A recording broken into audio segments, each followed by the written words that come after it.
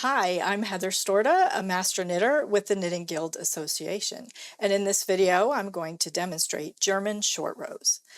The Knitting Guild Association is a nonprofit organization dedicated to education for knitters. So if you're interested in upping your knitting game, be sure to subscribe to our YouTube channel here. And if you're interested in even more resources, look into becoming a member of the Knitting Guild Association today. The link is in our description box below. So German short rows are one method of working short rows.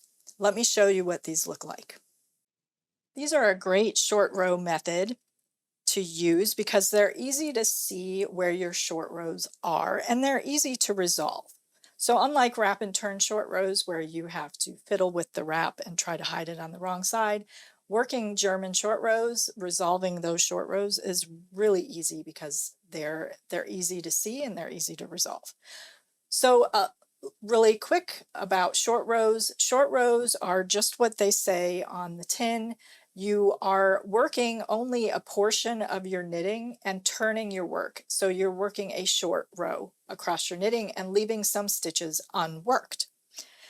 When we do this, we leave a gap. There's a gap where we've turned. So think about when you were an early knitter and you set your knitting down and picked it up and you didn't realize which direction you were knitting in and you accidentally knit the wrong direction. You've worked two rows in one spot when you were supposed to finish working across the row. You worked an accidental short row and there's a hole there when you do that. So there are a multitude of short row methods that are designed to eliminate that gap that happens if we just turned our work and knit it back across. So German short rows are just one of many methods to bridge that gap. So this is what they look like in stockinette stitch. It looks pretty good in stockinette stitch. And this is what they look like in garter. They are not as invisible in garter. The one edge is a little bumpier than the other edge. And they are not the best choice for working in garter fat stitch fabric. There are other choices that would be better, but they can be used, and this is what they look like. Let me show you how to work these. To work these short rows, you will work across. Usually you are starting with the right side row with these. So you will work across in whatever your stitch pattern is. Here I have stockinette stitch. So I'm knitting across to where I want to turn my work. And this will be wherever the pattern tells you to.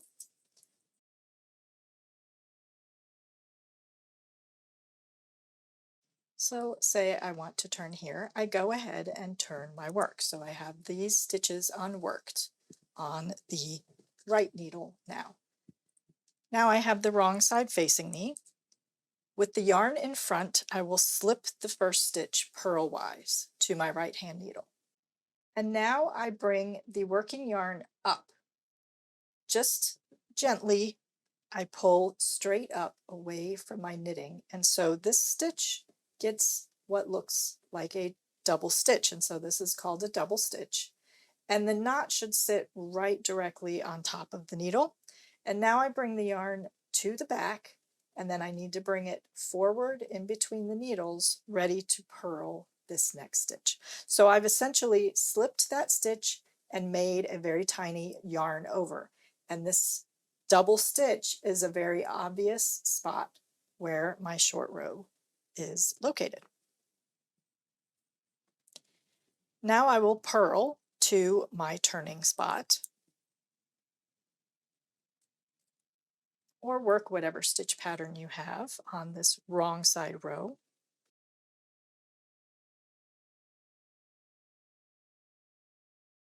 We'll say that's my turning spot. I turn my work. Now the right side is facing me. I have these stitches unworked now on my right hand needle. I bring the yarn forward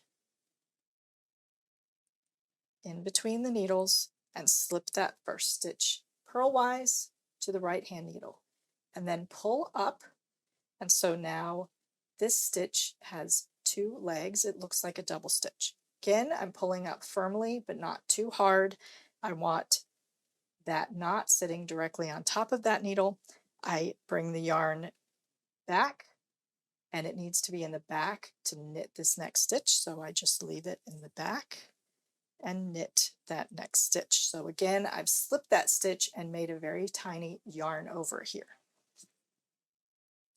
So that's each side making a double stitch. Now to resolve those double stitches, when you are done with your short rows and need to resolve them, you work up to that double stitch. And so see, that's really obvious right there. And you knit it together when we're on the right side facing us. Just knit that whole thing together like one stitch. And you'll finish your row.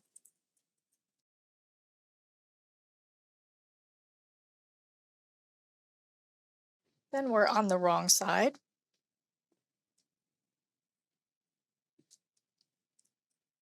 We will purl across or work whatever stitch pattern you have.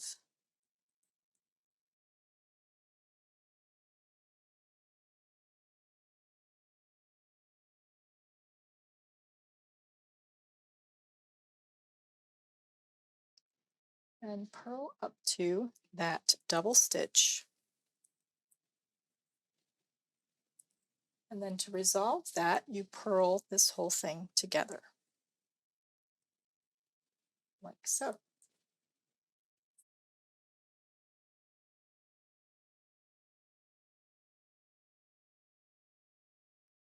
When substituting these for a wrap and turn method, because you can substitute short row methods for other short row methods, but when substituting German short rows for a wrap and turn specifically, what you'll need to do is follow the directions for the wrap and turns, and however many stitches it says to work, then you work one more, because the stitch that gets wrapped in the wrap and turn method is the stitch that needs to become the double stitch for your German short rows. So you'll work whatever the pattern says your wrap and turn stitches are, plus one more, and then turn and work your double stitch.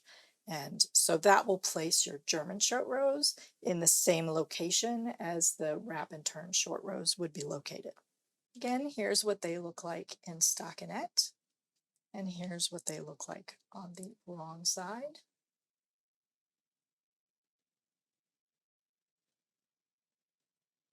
And here's what they look like in garter. And on the wrong side in garter.